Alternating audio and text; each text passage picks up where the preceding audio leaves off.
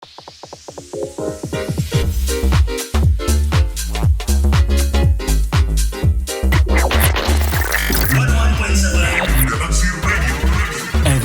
Orbit.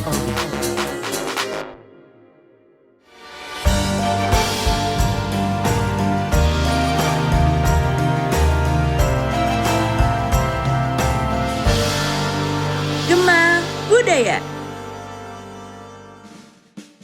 101.7 Galaxy Radio, Everyone Orbit. Halo Kenis, ada Via Livia yang bakal nemenin kamu di Gema Budaya Sukaria bersama. Nah Kenis, pasti kamu udah gak asing lagi kan sama tren berkain? Kali ini Via bakal ngajakin kamu buat mengetahui lebih dalam lagi tentang kain itu sendiri. Langsung aja kita dengerin yang satu ini. Menurut KBBI, berkain adalah memakai kain panjang atau pendek. Selain itu, kain sendiri mempunyai sinonim kata yaitu wastra. Wastra diambil dari bahasa Sanskerta yang artinya sehelai kain. Kain Nusantara banyak juga macamnya. Ada ulos, songket, poleng, dan yang paling populer yaitu batik. Penggunaan kain batik pada zaman dahulu merupakan busana kerajaan. Hanya raja dan keturunannya yang boleh memakai kain batik. Seiring berkembangnya zaman, kain batik bisa dipakai semua kalangan, dari muda hingga lansia. Kain batik juga dapat dipakai untuk kepentingan formal maupun non-formal. Nah Kenis, kamu sekarang udah lebih tahu kan tentang apa itu kain atau wastra? Kira-kira anak muda kalau ikutan tren berkain tahu nggak ya makna motifnya?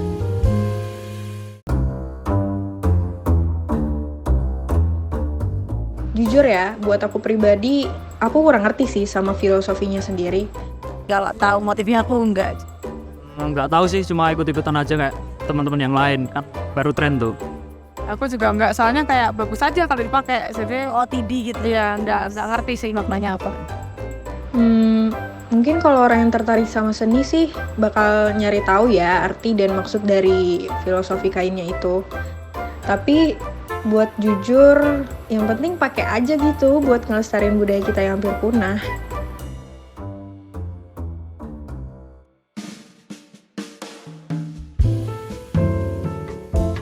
Wah Kenis, ternyata beberapa anak muda belum tahu nih, sepenting apa sih motif kain yang mereka pakai? Untuk itu, reporter kami Siti Fadila sudah bersama dengan penulis buku Wastra Langkara dan juga merupakan kurator Museum Sono Budoyo. Baik, terima kasih Via.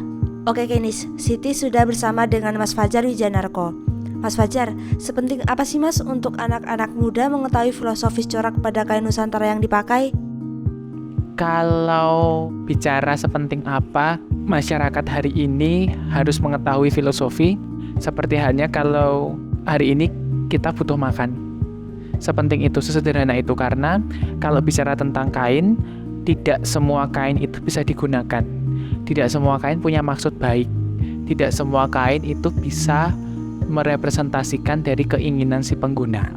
Saya mencoba untuk melambari bahwa setiap kain di Yogyakarta terutama, pembatik-pembatiknya itu selalu menitipkan pesan melalui setiap coretannya.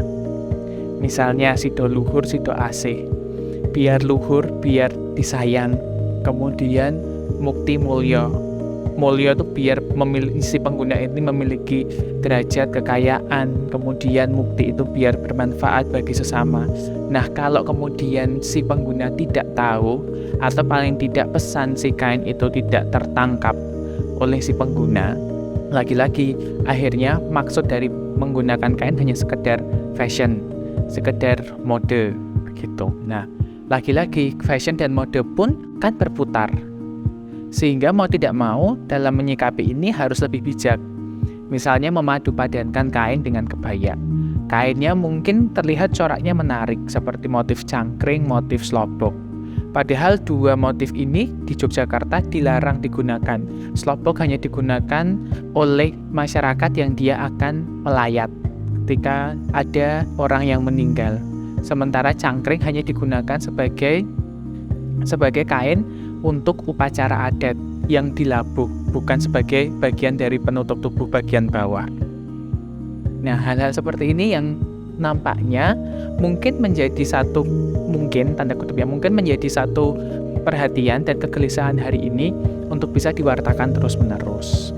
Tujuannya ya sederhana, selain kita ngopeni identitas, yang kedua kita bisa kemudian menjadi tongkat estafet untuk menyampaikan knowledge. Tidak sekedar kemudian kita menggunakan, tapi ada maksud, makna, dan pengetahuan yang bisa dibagikan. Fajar Wijanarko juga menambahkan bahwa beberapa motif yang termasuk ke dalam kain larangan tidak dianjurkan untuk dikenakan oleh masyarakat umum, terlebih dalam beberapa kegiatan yang berhubungan dengan adat.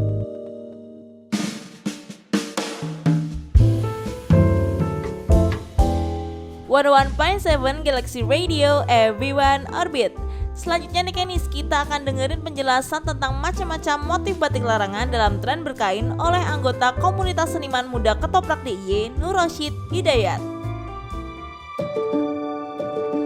Batik larangan atau batik awisan di Yogyakarta meliputi motif hook yang memiliki ciri-ciri bergambarkan kerang, binatang, tumbuhan, cakra, burung, sawat atau sayap, dan garuda.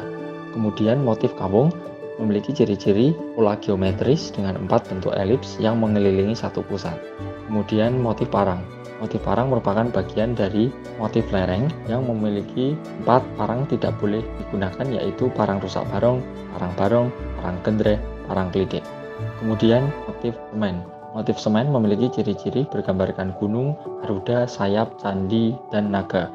Kemudian motif cemukiran merupakan bagian dari motif lereng yang memiliki ciri-ciri bergambarkan lidah api atau sinar.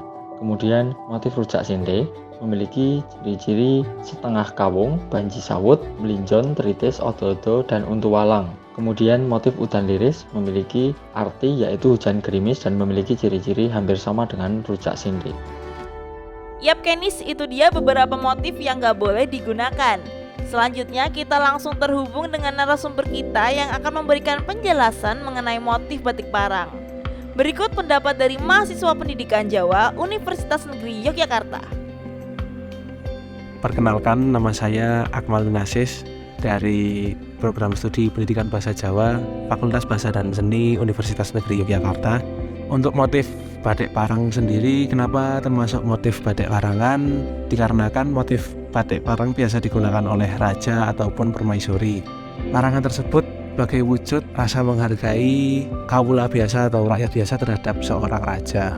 Untuk bentuk fisik dari batik parang sendiri, batik parang biasanya berbentuk seperti huruf S ataupun angka 8 yang motifnya miring dari atas ke bawah. Untuk gaya Yogyakarta sendiri, biasanya batik motif parang berwarna coklat dan putih.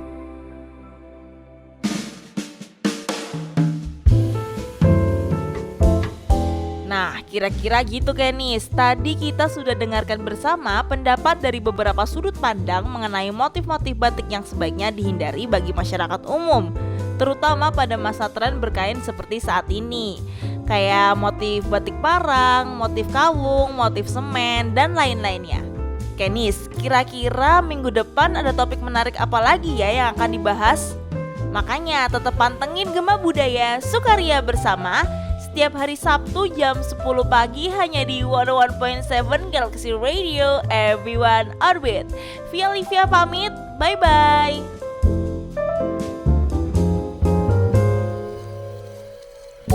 Praktik Mandiri Feature Semester 6.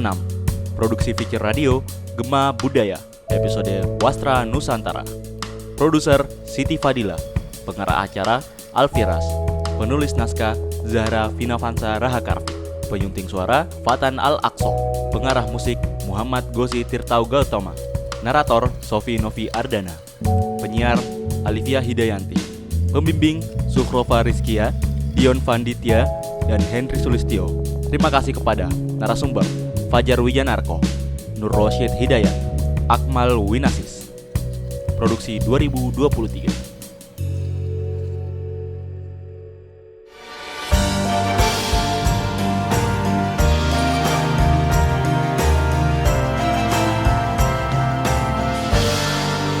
Gema Budaya.